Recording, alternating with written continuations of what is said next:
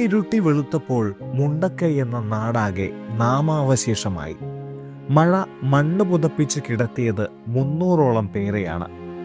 ജീവന്റെ ശേഷിപ്പ് തേടി ചൂരൽമലയ്ക്കു കീഴെ ദിവസങ്ങളോളം രക്ഷാപ്രവർത്തനം തുടർന്നു. കിട്ടിയതെല്ലാം ചലനമറ്റ ശരീരങ്ങളും അറ്റ അവയവങ്ങളുമായിരുന്നു. പ്രതീക്ഷയുടെ ഓരത്ത് ഉറ്റവരെ കാത്തുനിന്നവർ നിരാശരായി മടങ്ങി.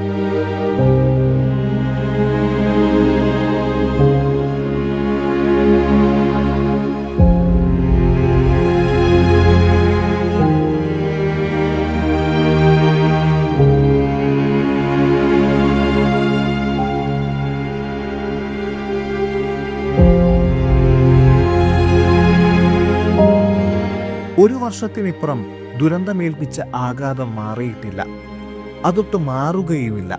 ആയുസിന്റെ സമ്പാദ്യമെല്ലാം മണ്ണെടുത്തതിൽ നിരാശയില്ല.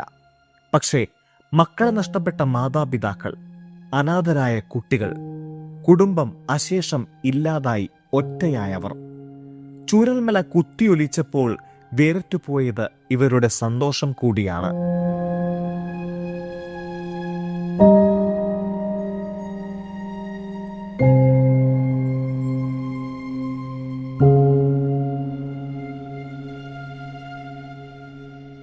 എല്ലാം ഒന്നിൽ നിന്നും തുടങ്ങേണ്ടിയിരുന്നു.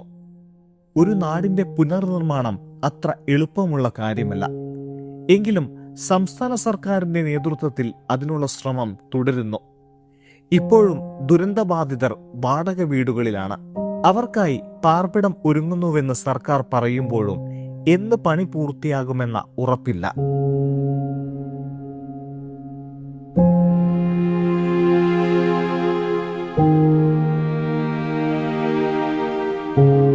ദുരന്തബാധിതരുടെ ബാങ്ക് വായ്പകൾ എഴുതിത്തള്ളുന്ന കാര്യത്തിൽ കേന്ദ്രം ഇതുവരെ തീരുമാനമെടുത്തിട്ടില്ല.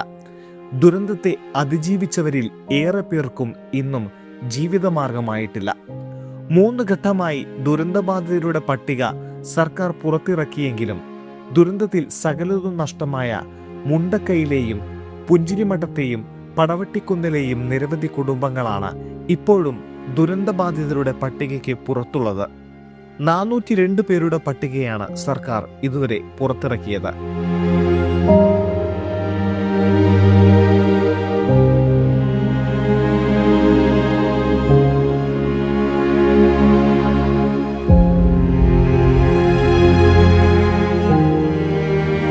തകർന്നടിഞ്ഞ പ്രകൃതിയുടെയും മനുഷ്യരുടെയും പുനർജീവനം ലക്ഷ്യമിട്ട് സർക്കാർ മുന്നോട്ടു പോകുകയാണ്.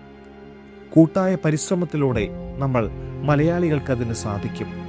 സഹജീവികൾ ബുദ്ധിമുട്ടിയപ്പോഴൊക്കെ ലോകത്തിന് മാതൃകയായവരാണ് നമ്മൾ. News desk MC news.